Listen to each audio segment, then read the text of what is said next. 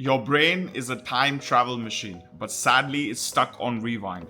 You're living yesterday's thoughts, yesterday's emotions, yesterday's identity, and then you wonder why today exactly looks the same. In this video, I'm going to show you how to break the loop. Today in this video, I'm going to show you how, when you stop living in your head and you stop living in your past, how everything changes in your life. Most people don't realize this, but our brain, as much as loves to create, it mostly loves to repeat. We repeat the same exact mental loops, we repeat the same exact emotional patterns, the same habits, day in, day out, without thinking about it. And the brain loves it because it makes it feels familiar, which means it feels safe. This is what the neuroscientists call the survival mode, in which we're not reacting to what is happening right now, but instead we are reacting to a version of the past that we experienced yesterday, maybe a week ago, sometimes even a decade ago. For you to be able to fix the loop and actually create and get out of survival, to repeat the same exact patterns of yesterday, you have to use a few tricks.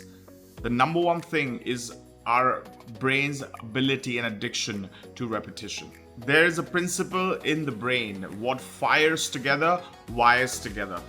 Dr. Joe Dispenza talks about this, which basically just means that whatever pattern or emotion or thinking pattern that we repeat every single day in a loop, pretty much all those habits are neurologically wired in a loop deeper and deeper into our subconscious brain. Which really means neurons generally connect around the same patterns that we are repeating, the same habits, which means that we are running on an automatic program. And sometimes that program is not what you might have chosen for yourself. There's two ways to live, right?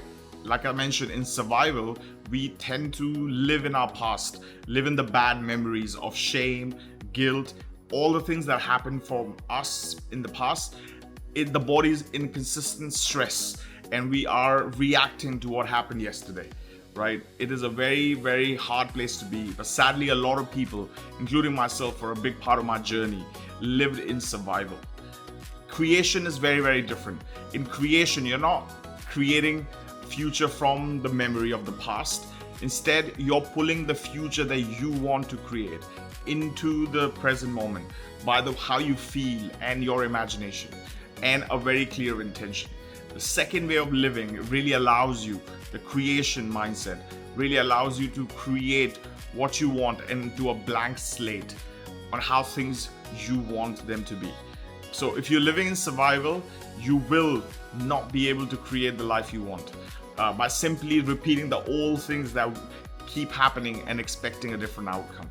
We're always stuck in what could have been, how it wasn't satisfactory, what did we do wrong. In that kind of energy, it's very hard to create a new life. This is where meditation can make a huge reset.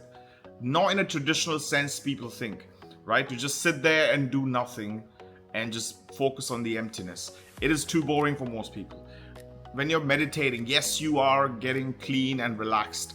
But what you're really doing is choosing a certain feeling, a certain emotion, a certain intention that you want to focus on, and you put all your focus into this new deliberate thought and intention. It doesn't only just relax you, it really rewires your brain and identity into the new version that you are becoming. So it is not about just sitting there and relaxing and thinking about nothing.